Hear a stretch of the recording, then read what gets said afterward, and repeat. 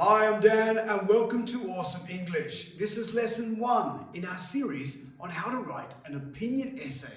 Our main objective is to know the purpose of an opinion essay and to know the structure. All right, let's get moving.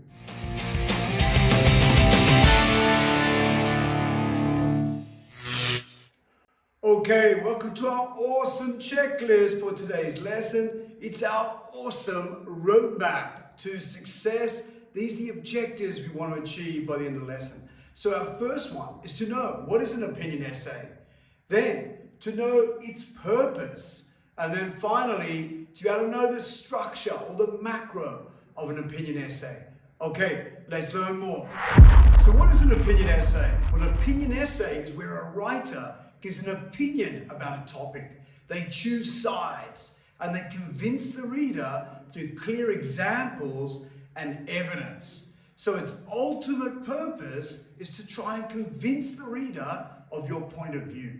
Okay, let's keep moving. Okay, so in Awesome English, we talk about different text types. We have narratives, recounts, information reports, and they all follow a different structure or macro.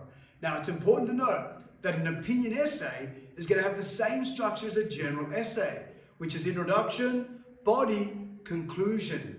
Now, the key difference is in the body section of an opinion essay or an argumentative essay, we're going to have at least 3 reasons to convince the reader of your point of view. So you can structure those paragraphs very clearly using the micro elements you're going to learn about in lesson 2. All right, let's keep moving. Okay, now it's time for a little think, pair, share. So remember, if you're in class, you can talk to the person next to you. If not, just brainstorm yourself. Can you think about our awesome checklist? Do you now know what is an opinion essay? What is its purpose? And finally, most importantly, what is the structure of an opinion essay? Spend a few minutes now, talk to the person next to you, or brainstorm yourself. Okay, I hope that brainstorming session went well and you now know what an opinion essay is and what its structure is. You should know that its structure is introduction, body, conclusion. And in the body, it's where you're going to give 3 clear reasons to convince the reader of your idea or point of view. So now it's time for some independent learning. So go and test yourself on that structure. Try and memorize it. Maybe work with the person next to you or just brainstorm yourself.